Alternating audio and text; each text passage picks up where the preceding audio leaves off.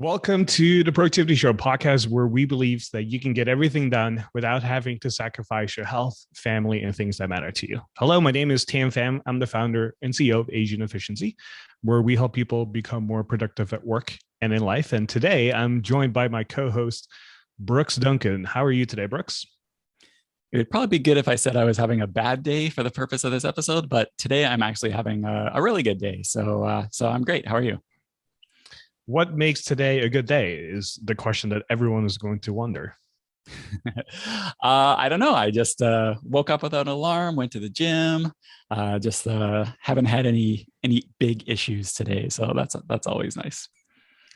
Nice. Well, I'm glad you're not having a bad day. And in case you are listening and you maybe recently had a bad day or you're experiencing a bad day right now, today's topic is all about how to recover from a bad day. So we've all been there, like you plan something, you're like, oh my gosh, like this is all the things I want to do today and what I want to accomplish. And it doesn't go quite as planned. And midway through, you experience something or something happens or a mistake happens or a crisis comes up and it totally went downhill from there, right? We've all been in that situation before. And what do you do then, right? Or maybe there's something else that happened, like you're building a habit, something interrupted you, maybe you got distracted, or you just realized like you fell off track and you go, oh my gosh, like you have all this negative self-talk, you're beating yourself up for it.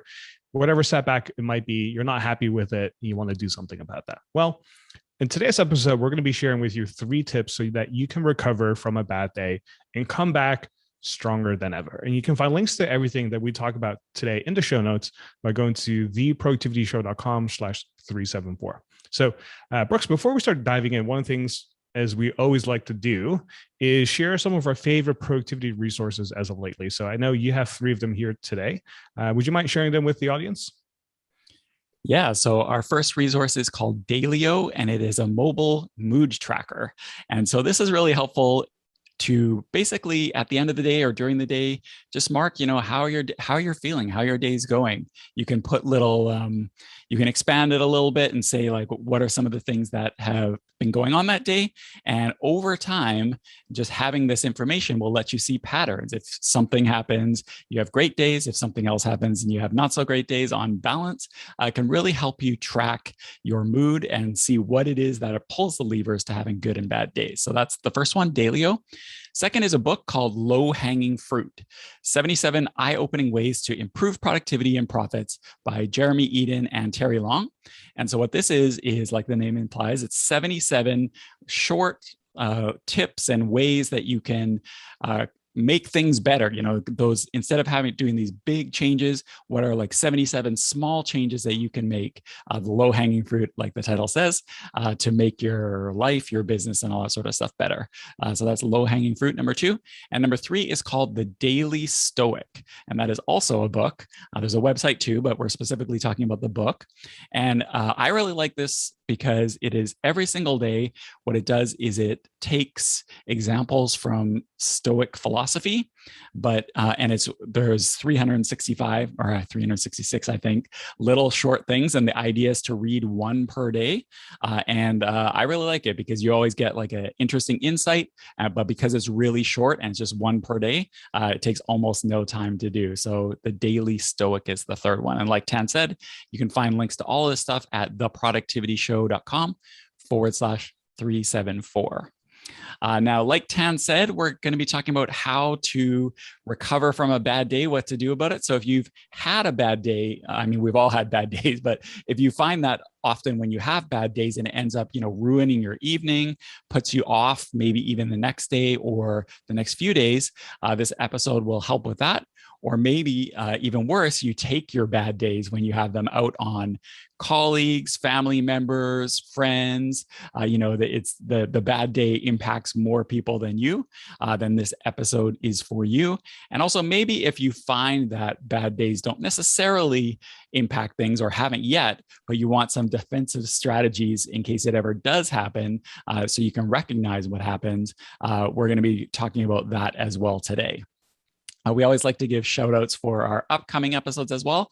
So just so you know, in our next episode, so that'll be TPS 375, we're going to be talking about Zoom and Teams best practices. So we're going to talk about some best practices that we haven't really talked about before for doing online meetings and online recordings and all that sort of stuff. So Marmel and I are going to be talking about that next week. So Tan, we're talking about how to recover from a bad day. And like I said, we've all had bad days before, but sometimes the reason we have those bad days isn't quite what we think. Oftentimes there's some like under the surface reasons. So maybe you can take us through how you can like recognize and uncover that and dig to find out what's really going on.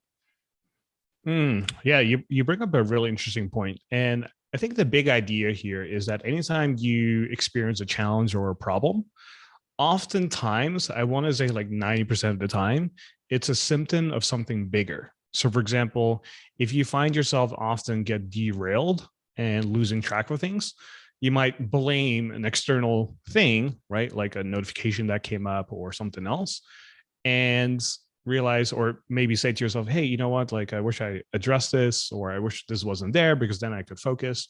But it's always easy to blame something external. And oftentimes, if we actually start digging deeper, and this is something I see very often when I start working with people in a one-on-one situation, oftentimes there's actually like something underneath the symptom that actually is causing all of the challenges and problems that people are having. So oftentimes, if we dig a little deeper underneath the surface, we come down to what essentially is the T framework. So time, energy, and intention. And you'll see that most problems that you're having in life when it comes to being effective, being productive, right, being efficient, comes down to either time, energy, or attention. Hence why we have the team framework. And so if you're unfamiliar with the T framework, it's kind of like our productivity methodology here at Agent Efficiency. And you can check it out at our website. Just go to agentefficiency.com, go to the Start Here page, and you'll see an article there. But also, if you want to listen to an episode about where we talk about like the T framework, just go to episode 275. So you can go to theproductivityshow.com/275, or if you're in the app, keep scrolling back to our backlog and you'll see it in there as well, called Revisiting the T Framework. So oftentimes what you'll see as we're going to go through today's episode, as we're talking about different strategies and stuff like that, some of it will be addressing the symptom, but think about also addressing what's underneath that as well. And that's something we're going to be covering here today as well. We record these episodes live in front of our productivity community and also our TPS Plus members. And Alice, who is one of our members, gave a perfect example of what you were just talking about. She said she's had a really bad day on Friday, and she dug into it using the T framework style tools. And she realized that the reason that she had that bad day was because it was triggered by a schedule with no buffer in it. She had like no time. So it was going meeting to meeting and meeting, and she was suffering because of time, which then had a knock-on effect to energy. And that's a perfect example of using these tools to find out what the levers that are the problems so that you can address it. But in this episode, we're going to be sharing 3 ways to recover from a bad day. So we're not going to be so much diving into how to prevent a bad day. That would be actually a pretty good follow-up episode someday. But today we're going to be specifically talking about how to recover from a bad day when they happen.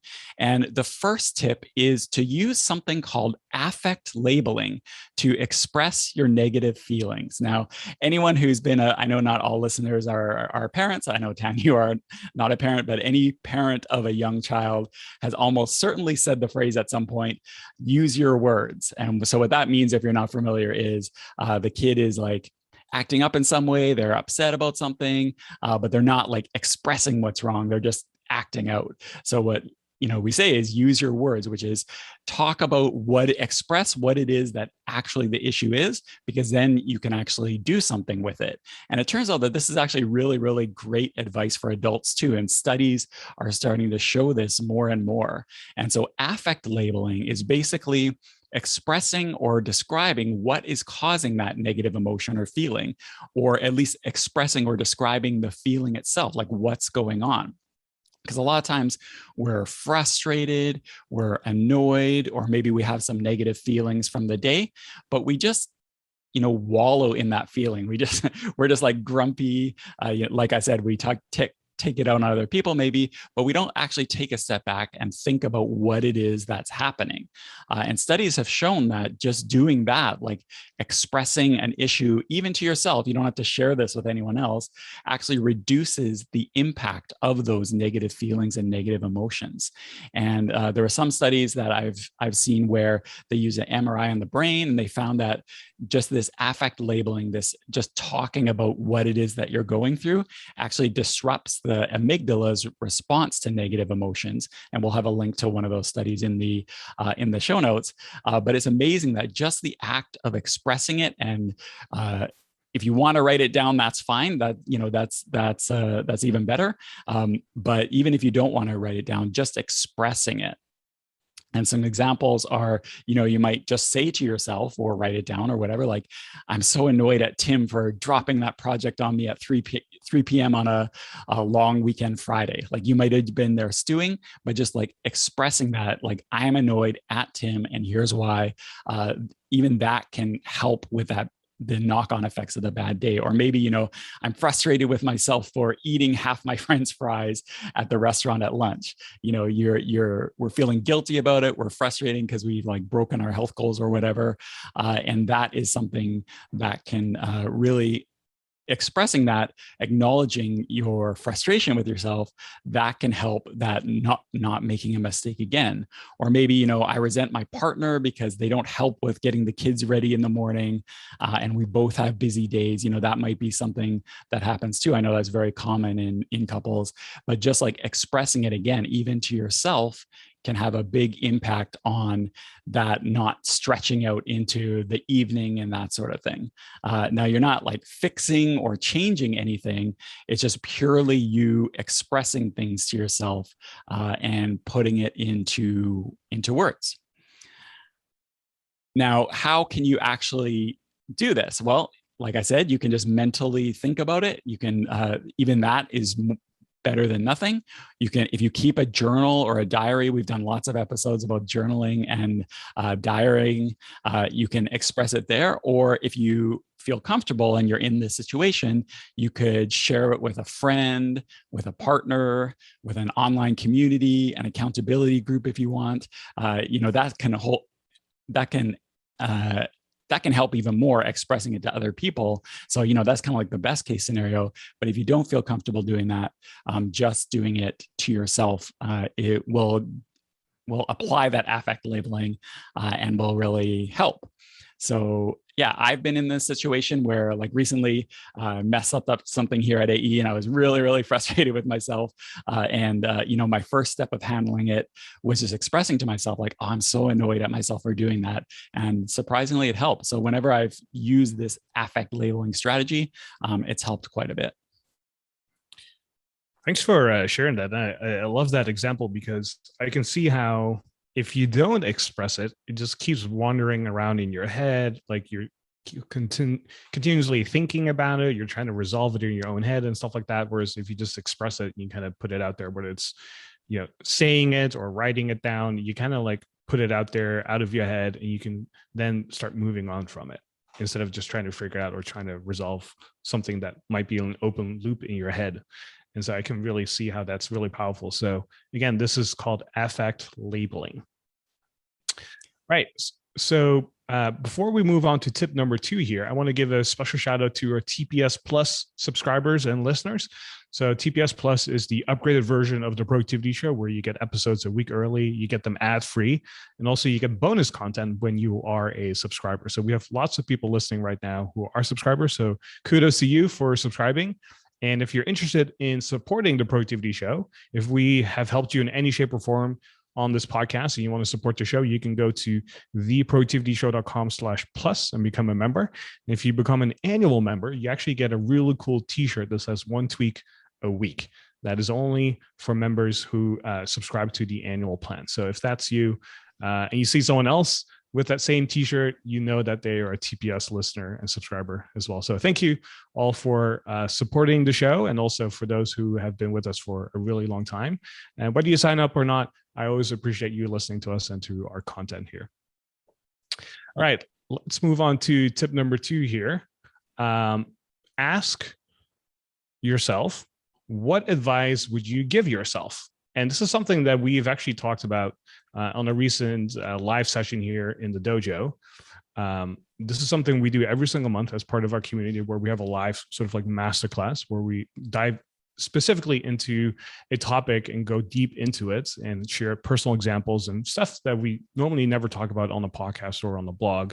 And if you're not a dojo member yet, you can always go to theproductivityshow.com/dojo and become a member there as well. But Brooks, when it comes to asking yourself for advice, like how does this work? Well, a lot of times deep down, we know what would make things better. Even if it's not consciously, deep down, we know what would help. But we're just often like way too deep into it to have a perspective in that moment. And so in that DTDT session that you just mentioned, you gave great advice, great advice, which is when you're in this type of situation, ask yourself, if you were giving advice to a friend, what would you tell them? Or if you had a kind of like another version of that is if you have some sort of role model, like a figure, like maybe a mentor you've had, or even somebody you don't even know, just like a historical figure or somebody you admire, what would that person tell me to do? And doing it that way can really, really help you get out of your own head and look at it from an external perspective. And you think to yourself, you know what, if a friend was telling me what to do, or if I was telling a friend what to do, all of a sudden it kind of crystallizes it and becomes clear what would help in this situation that's causing the bad day. And it kind of goes back to what we were talking about with affect labeling, is it just like gets it out of your own head and it externalizes it a little bit. It gives you like that distance from the problem and points you in the action direction, like the direction of taking action to help with this bad day. If that's something that you need, sometimes we just want to acknowledge that there's a bad day, but often we want to do something that can like help with it. Getting that distance from it can help taking it into a more proactive direction versus a drinking wine direction or something like that. How about you, Tan? Because you're the one who shared this tip in our DTD session, and it was very well received. Do you have some examples of when you've used this? So I actually learned this from working with my sports psychologist. I've been working with this person for about 2.5 years now. And we originally started working together because I was curious about how to improve my mental performance. And it was an area I've always been very interested in terms of just personal development, having an edge in business, just having an edge in life in general, and just building more self-awareness. And so I started working with this person who works with a lot of like NBA teams and baseball teams here in the United States. And what started off as a kind of like, oh, I want to learn how to be a better leader, a better person, have a mental edge, be mentally tough, right? Turned into kind of like a really special relationship between two people who want to kind of like have the best for each other. And so oftentimes a lot of like business challenges are oftentimes masqueraded as personal challenges. And so at one point I was having a personal challenge in my life, and my sports psychologist said, if you had to give yourself advice, what would you tell yourself? And I would say, oh, well, if I was in that situation and I kind of distanced myself from it, I would say, this is what I would tell that person, right? Or other times she might say, if you had a client in that situation that you're in, what would you tell that client?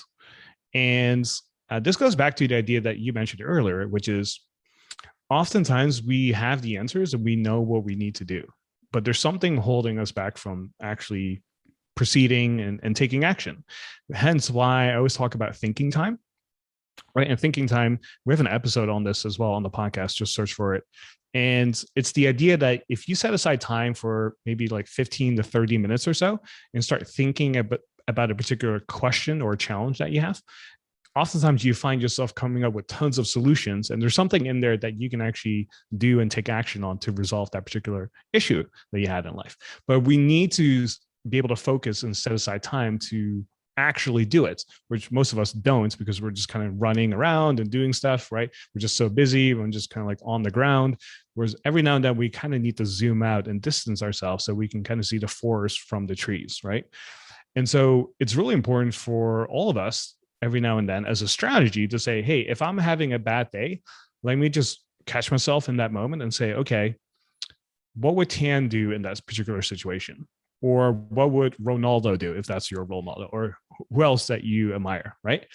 And so when you distance yourself like that and you ask yourself that question from almost like a third person perspective, you can kind of look at it and say, oh, this is what this person would do. This is what I would do in that situation.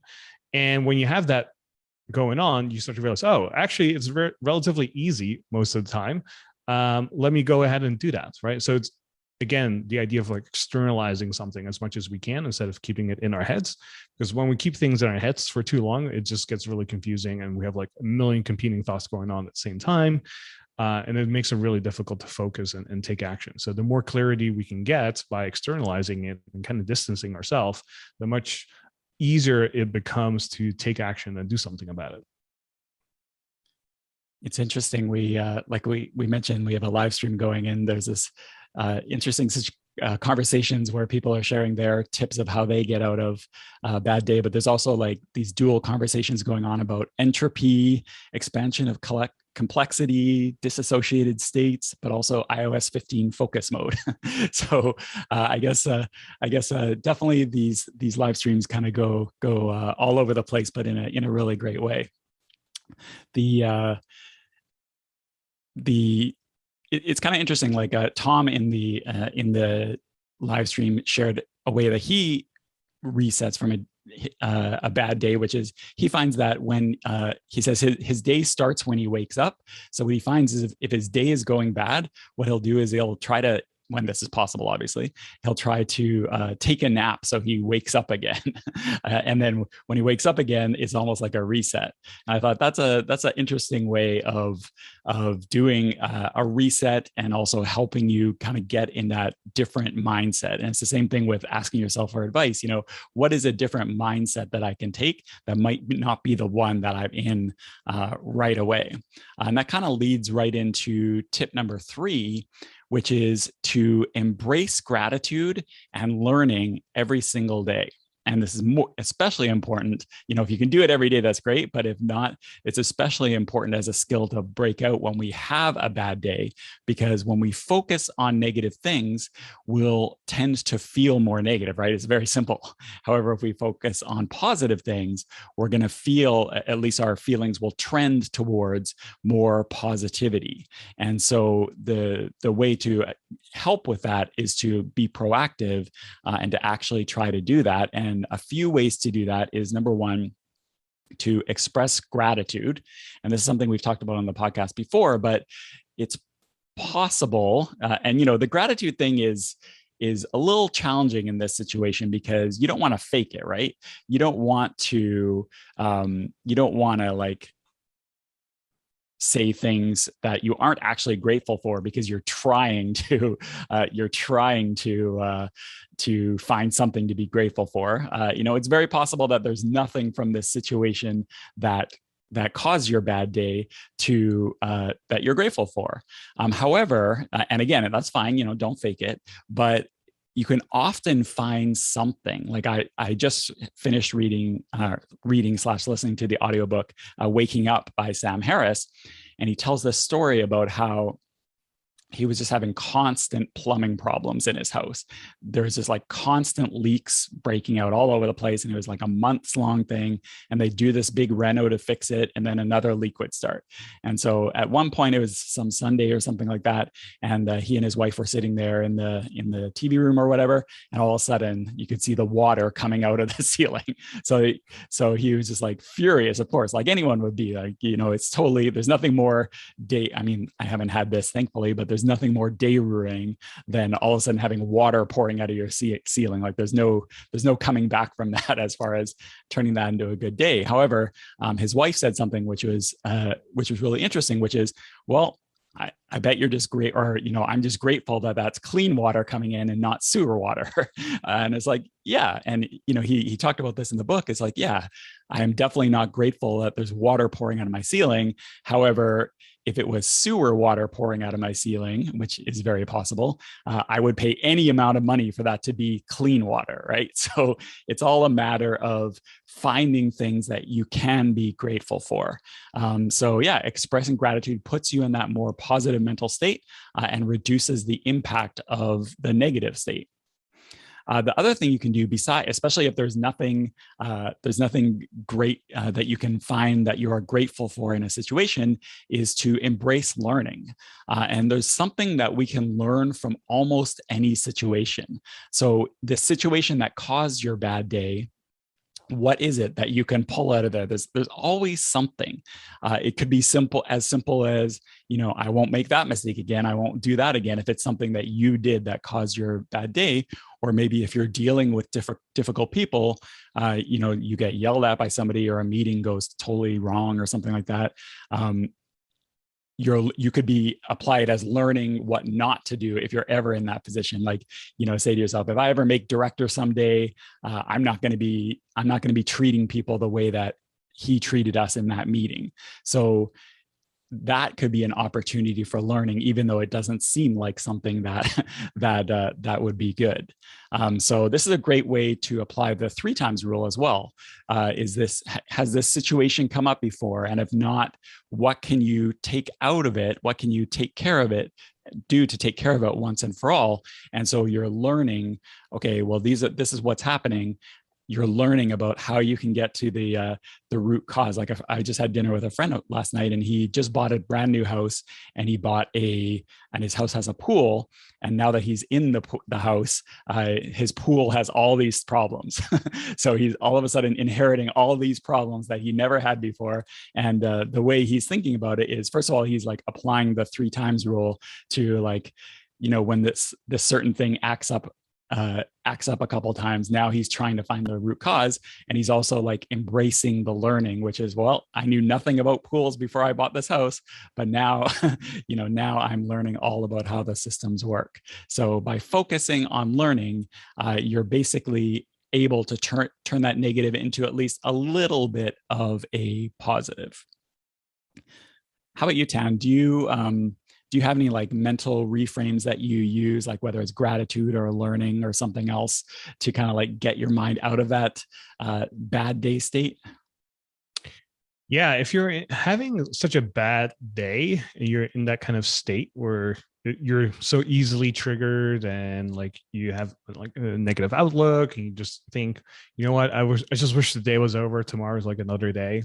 One way to kind of go about it is, and one thing I've always found so helpful, is just to minimize the dwelling as much as possible. So yes, it did happen. Yes, it is happening right now, potentially, but that doesn't mean that it has to happen going forward, right? And if we continue to dwell on it, then guess what? We're just continuously making it worse, making the problem bigger than it might be. And it makes it virtually impossible to have a continuous productive day. And so one of the things I always like to do is, if I'm having a bad day, to one, accept it for what it is, right? And say, okay, it is what it is. It happens. Like, what did I learn? What happened from this that I can use as knowledge going forward? And that's kind of taking the learning aspect of it and say, okay, how do I make sure that this doesn't happen again? That's one of my favorite questions to ask myself. How do I make sure this doesn't happen again? And now we're getting into solution mode, right? And this is one of the more productive states to be in when you're in that kind of situation, is actively seeking solutions. So instead of just having all this negative self-talk that goes on, let's move away from that towards having productive conversations with ourselves. So what did I learn from this? Right? How can we make sure this doesn't happen again?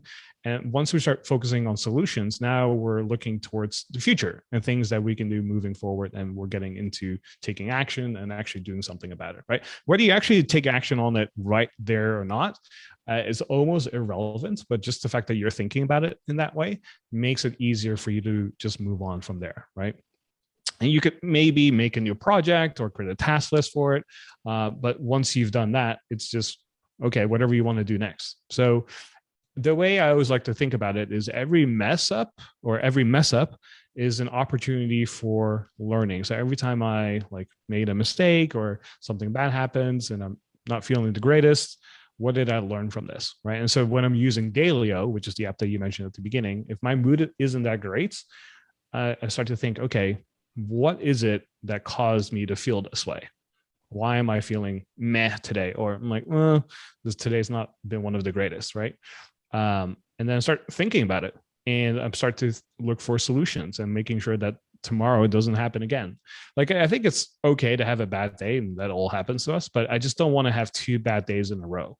That's something I always try to avoid. So if I'm having a bad day, I can take it for what it is, but then how do I make sure it just doesn't happen again? And if we get in that productive mode, it's much easier to keep going. Whereas we've talked about this before in some of our live training inside the dojo, you always want to make sure you don't have a mess up twice in a row. So if you skip a workout twice in a row, that gets kind of slippery, right? So if you miss a workout once, that's fine. Like, life happens, it is what it is, right? And in the grand scheme of things, it's not the worst thing in the world. But if you miss a workout twice in a row, now things get a little dicey, because now for the third time, you can easily tell yourself, I'm not feeling it. Like, I'm going to do it another time. And then from there, it's easy to continuously just say no. And then you have that negative momentum going.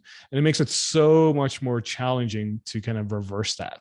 Whereas if you just stopped it at the second opportunity, it's much easier to keep going and keep a habit alive and moving forward. And so I like to think about days like that as well in the same way. I just don't want to have 2 bad days in a row. I'm okay with 1 bad day, just don't have 2 bad days in a row. Some other tips from the live stream that people have done. One of them, a few people have mentioned journaling. So Joel says in the past, what's really helped is things like learning journals, gratitude journal. Tom says he's been journaling since 1998. So good job on that, Tom. Giacomo says a good thing, which it can be really helpful too, which is to search out something funny, like actively search out something funny, something that will like just entertain you, even if it's just a temporary Band-Aid. Sometimes that temporary Band-Aid can be enough to break the kind of like negative emotion change. And also to go out, and this is something I do too, to go out under green trees. So if you have the ability near you to maybe go for a walk in nature or something like that, it's amazing how much that can really help with your mood, and to at least a little bit heal a bad day. All right, Tan. So we've given 3 tips for how to recover from a bad day. I'm sure people listening to this will have some tips that work well for them too. So if you have those, feel free to hit us up on social media at Asian Efficiency and share the type of tips you have for recovering from a bad day. But if somebody wants to take action from this episode and have it in their back pocket for next time they have a bad day, what should people do? So the next time you have a bad day, use the framework that we outlined here today. So 1, express the problem, right? Get it out of your head. 2, get distance from it. And then 3, embrace gratitude and learning. So if you just even use one of these, you're going to be way ahead of the game. But if you can use all 3, even better, right? So use one of those, at least use this framework to your best ability. And next time you have a bad day, you can quickly turn it around. So I hope you enjoyed today's episode. Next week, we're going to be talking about Zoom and Teams best practices. So you don't want to miss on that. And if you want to find links to everything that we talked about today, you can go to the show notes at theproductivityshow.com/374. So thanks again for joining us, and we'll see you next Productive Monday.